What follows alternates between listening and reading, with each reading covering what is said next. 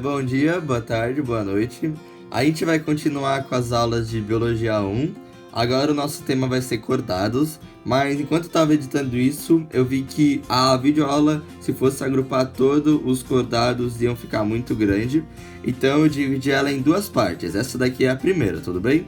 Essa parte a gente vai até anfíbios, tudo bem?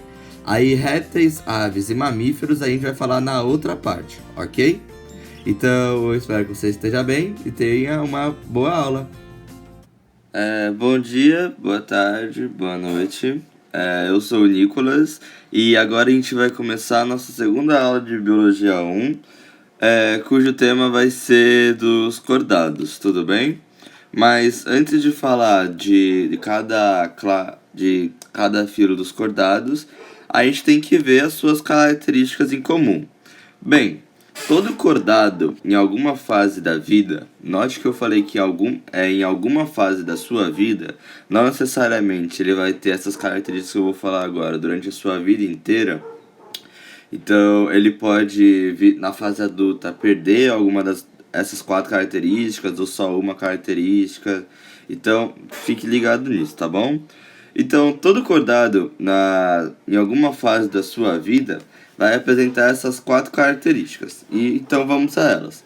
A primeira é de ter um tubo nervoso dorsal. Antes dos cordados, o tubo nervoso dos animais se localizava na parte ventral dele, ou seja, na parte do peito, onde seria o peito e na barriga do animal. E isso era bom para eles, porque como eles eram quadrúpedes, o tubo nervoso dorsal deles ficava bem protegido até. Mas agora, para os cordados, com o tubo nervoso ficando nas costas deles, com o tubo nervoso localizando nas costas dele, vai ajudar na sustentação do animal, tudo bem? Principalmente para os animais bípedes, ok? A segunda característica é a notocorda, que é muito importante para a sustentação do animal, tudo bem? A notocorda, além de ajudar na sustentação do animal, também dá forma a ele. Como assim? Como assim, Nico? Você está vendo aqui na imagem um anfioxo, certo? Que tem esse formato. Ele tem esse formato por causa da notocorda, que tem esse formato. Se a notocorda, por algum mistério da vida, tivesse esse formato, o anfioxo acabaria por ter esse formatozinho aqui. Tudo bem? Então, a notocorda, além de ajudar na sustentação do animal, ajuda também na sustentação do mesmo, ok? A terceira característica são as caudas pós-anal, que vão facilitar na locomoção, tudo bem? E a última, mas a não menos importante, são as fendas faríngeas. Essas mesmas vão originar as brânquias em alguns dos animais. Em outros, elas tendem a fechar, como por exemplo nos mamíferos. Os mamíferos não têm brânquia. Então, as fendas faríngeas, ao longo do seu desenvolvimento, elas fecham. Tudo bem? Agora, então, a gente vai dar início aos fios dos cordados, começando com os urocordados, tudo bem? Os urocordados, eles apresentam aquelas 4 características, algumas somente na fase larval, como por exemplo a notocorda. Na sua fase adulta, eles não apresentam essa fase larval. Eles são animais, na maioria deles, eles são invertebrados, mas há alguns casos, tipo bem poucos, em que eles são vertebrados, tudo bem? E eu já falei que ele perde essa notocorda, e eles são cordados muito primitivos, tá? E ele tem como principal exemplo a assídia, que é um animal filtrador, ok? Agora passando para o segundo tipo de cordado, que o segundo fio do cordado, que são os cefalocordados, ok? Os cefalocordados, eles apresentam aquelas 4 características durante a vida toda. Então, na vida toda, eles vão ter cauda pós-anal, fendas faríngeas, tubo nervoso dorsal e notocorda, ok? O principal exemplo dele, sem dúvida, é o anfioxo, que é um animal muito usado para estudo dos cordados, afinal ele vai ter aquelas 4 características na vida toda, então é muito fácil de observá-las no seu organismo. E ele também é um animal filtrador, como a acídea, ok? E os urocordados e os cefalocordados, eles podem ser agrupados num grupo chamado protocordados, porque eles são os cordados mais antigos, cuja origem veio antes, tudo bem?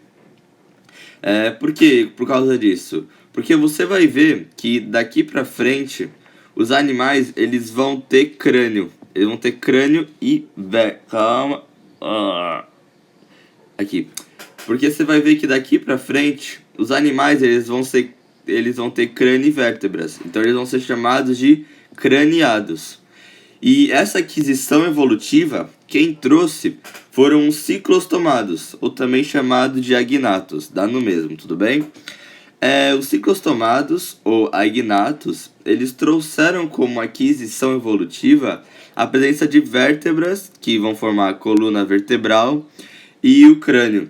E isso vai ajudar muito, no caso das vértebras, na proteção do tubo nervoso dorsal, e no caso do crânio, a proteção da massa encefálica, que vai dar origem ao cérebro. Tudo bem? E por isso é muito importante essa aquisição, porque ela ajudou em muito a vida deles. Agora falando de umas características peculiares dos ciclostomados, tudo bem? Os ciclostomados, você deve imaginar porque ele tem esse nome. Eles têm esse nome, ciclostomados, por causa de duas coisas. A primeira é o formato do seu corpo, que ele é uma forma cilíndrica, tudo bem? Tipo uma cobrinha do mar, vocês vão ver. E a segunda é que por causa da ausência de mandíbula, a sua boca vai ser circular assim. Ela vai ter dentes, mas ela vai ter esse formato circular, tudo bem? Então, por isso que a maioria dos ciclostomados, vocês vão ver, que eles são parasitas ectotérmicos, tudo bem? Não são todos, mas a maioria deles, como por exemplo a lampreia.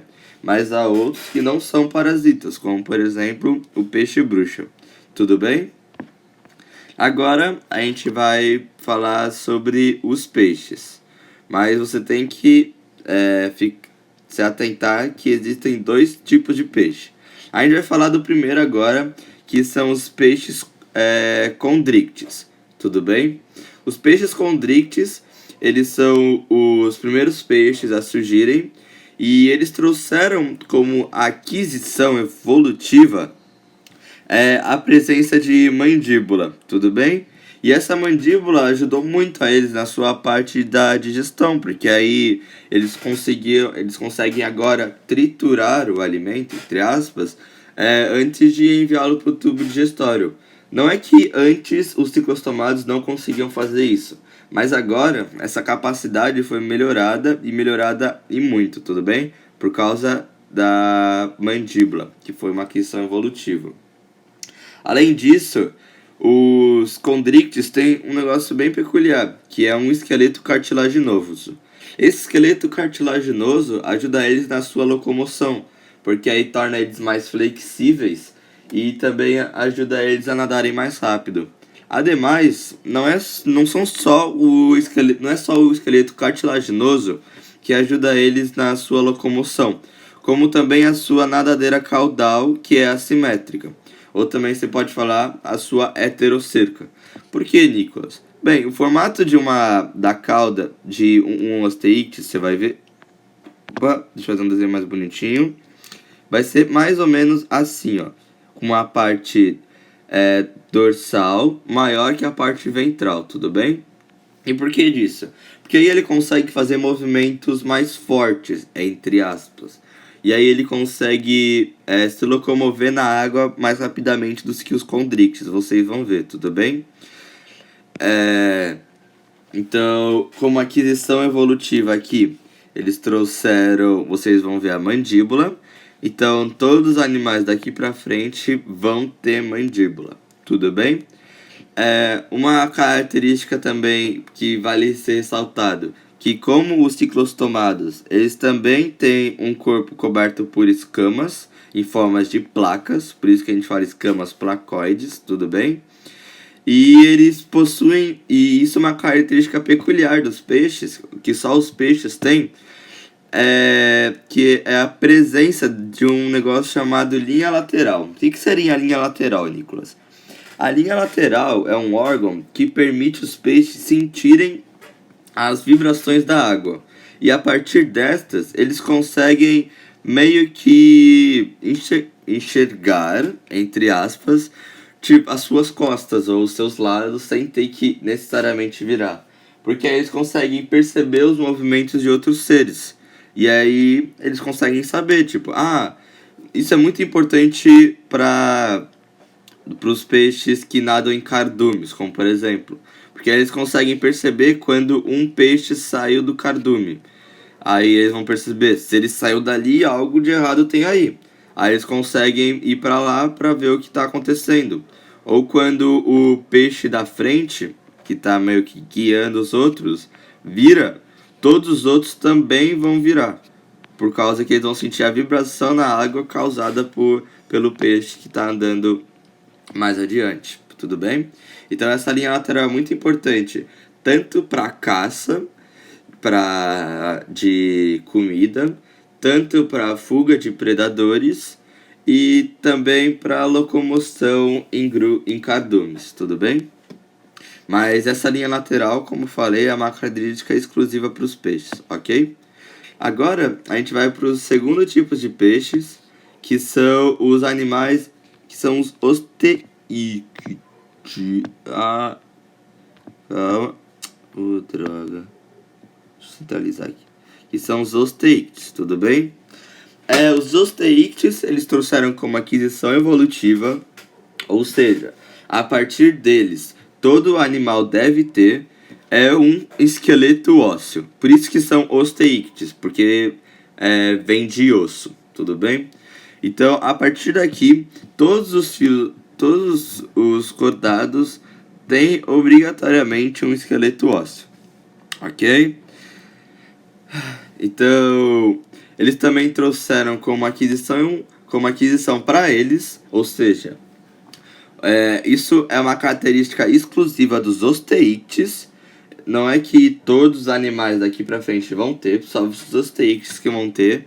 São duas coisas: a presença de opérculo e de bexiga natatória. O que seria isso, Nicolas? O opérculo é meio que uma carapacinha, entre várias aspas, que serve para a proteção das suas brânquias. Afinal, as suas fendas faríngeas, ao longo do seu desenvolvimento da fase primitiva dele, vão virar brânquias, e essas brânquias vão ser responsáveis por fazer as trocas gasosas. Então é muito importante que elas estejam protegidas. No caso dos peixes cartilaginosos, é muito fácil essas brânquias poderem meio que serem tampadas, entre aspas, por algum dejeto no mar ou alguma coisa. Já os peixes osteíctes, por ter esse opérculo que protege as brânquias, eles conseguem viver mais tranquilamente em relação a isso, porque afinal suas brânquias vão estar protegidas, então a sua troca gasosa não vai estar tão arriscada assim, tudo bem? Já a bexiga natatória é um órgão que serve para equilíbrio hidrostático. Como assim, Nicolas? A partir dele, o peixe osteícte consegue controlar a profundidade que ele vai estar no mar.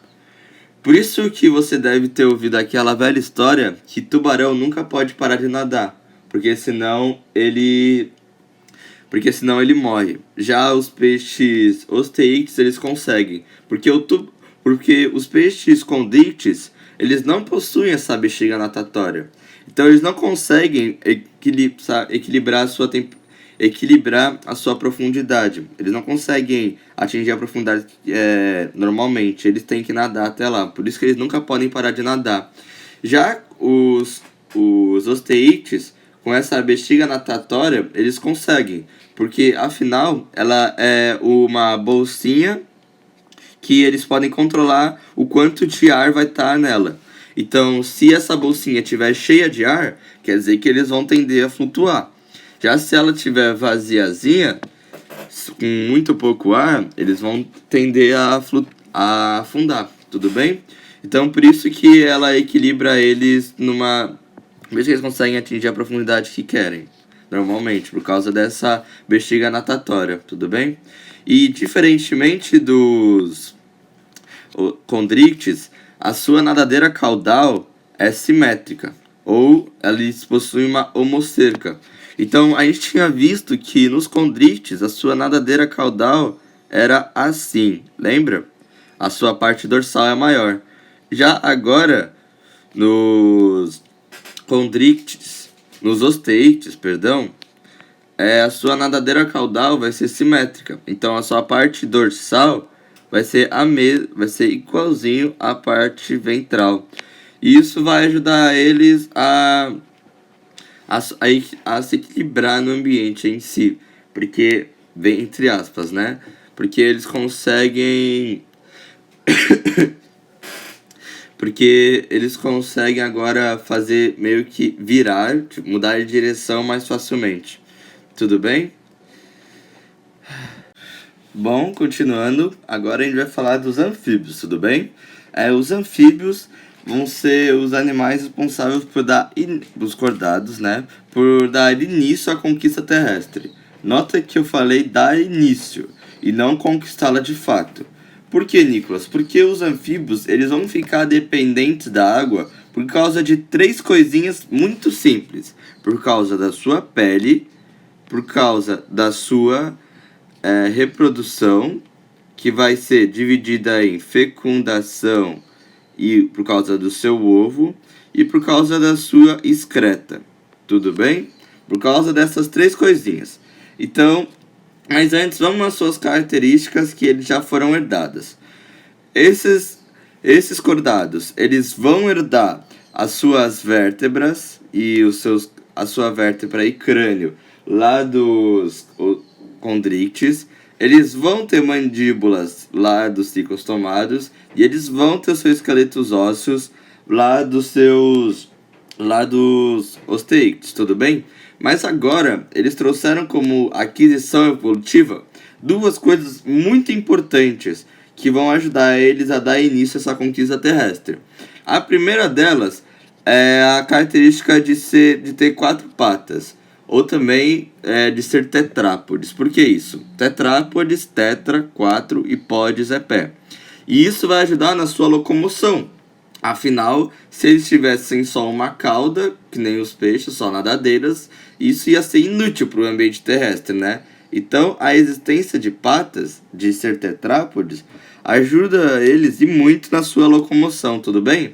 E agora, eles vão ser os primeiros cordados que vão ter o pulmão. Mas esse pulmão daqui, ele vai ser um pulmão muito primitivo, tudo bem? Tão primitivo que a sua superfície de contato, superfície interna, que vai ser responsável por realizar as trocas gasosas, vai ser muito pequena. Tão pequena que ela sozinha não vai dar conta de fazer todas as trocas gasosas necessárias para o anfíbio ficar vivo. Aí então ele vai, além de respirar através dos pulmões, ter uma respiração pulmonar, ele também vai respirar através da pele. Então, além de ter uma respiração pulmonar, ele tem uma respiração cutânea. E por causa disso, a sua pele ela tem que ser bastante permeável, já que nela ela vai ter que passar ar nela. Então ela não pode ser assim, totalmente impermeável. Ela tem que ser mais ou menos assim, ó, impermeável. Quer dizer, ela tem que ser assim, permeável. Tudo bem? E por causa disso, ela tem que permanecer úmida sempre. Porque caso ela resseque, ela vai ficar muito impermeável e vai dificultar nas suas trocas gasosas. Por isso que em todos os anfíbios a gente pode ver uma pele mucosa. Uma pele mucosa e permeável, tudo bem? para evitar que essa pele resseque, porque se ela ressecar, a sua respiração cutânea vai ser muito dificultada e aí o ser pode morrer, tudo bem? Então a gente já matou um dos três tópicos, um dos tópicos que faz eles terem ainda dependentes d'água. Agora a gente vai para o segundo, que é o da reprodução. Bem, no quesito de fecundação, todo mundo sabe que eu espero, né? Senão a gente vai saber, não sei se vai saber agora, que os machos e a fêmea, eles depositam seus gametas na água, porque é aí que vai ocorrer a fecundação dos anfíbios. Então os anfíbios, ele não têm uma fecundação interna, e sim a sua fecundação é externa. Por isso que ela é dependente da água, porque o local que ocorre essa fecundação é na água, tudo bem? Então, por isso que ele é dependente da água para a sua fecundação.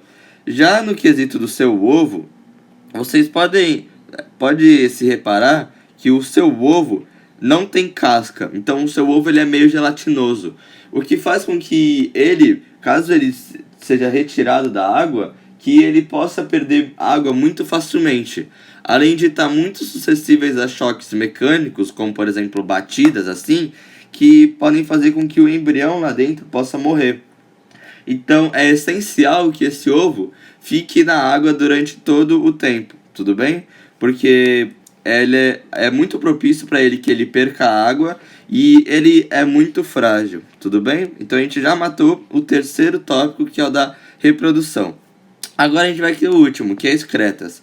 Como os animais que tinham vindo até agora, que eu não tinha falado, tipo os agnatos, osteites, condrictes e os anfíbios, todos eles vão excretar amônia, a nossa querida NH3, tudo bem? E a amônia, ela é muito tóxica. E por causa de ser muito tóxica, ela tem que ser liberada com grandes quantidades de água, para assim você diminuir a concentração da amônia e não tornar a sua excreta tão tóxica assim. Porque se você excretar algo tão tóxico assim, você pode danificar o seu próprio corpo durante o trajeto disso. Então a amônia, ela é excretada com grandes quantidades de água, para você não ter que não se danificar o seu organismo no caminho dela. E por causa disso, ao excretar, você gasta muita água. Então por isso você tem que estar em ambientes próximos à água, porque aí você já consegue repor essa água perdida muito facilmente. Então, por isso que os anfíbios, eles ainda são dependentes d'água, eles não são totalmente dependentes do meio aquático em si, por causa da sua pele, que ela tem que permanecer hidratada, porque é ela também realiza trocas gasosas, como o seu pulmão primitivo, por causa do seu processo reprodutivo, onde a sua fecundação é externa, que é no meio aquático,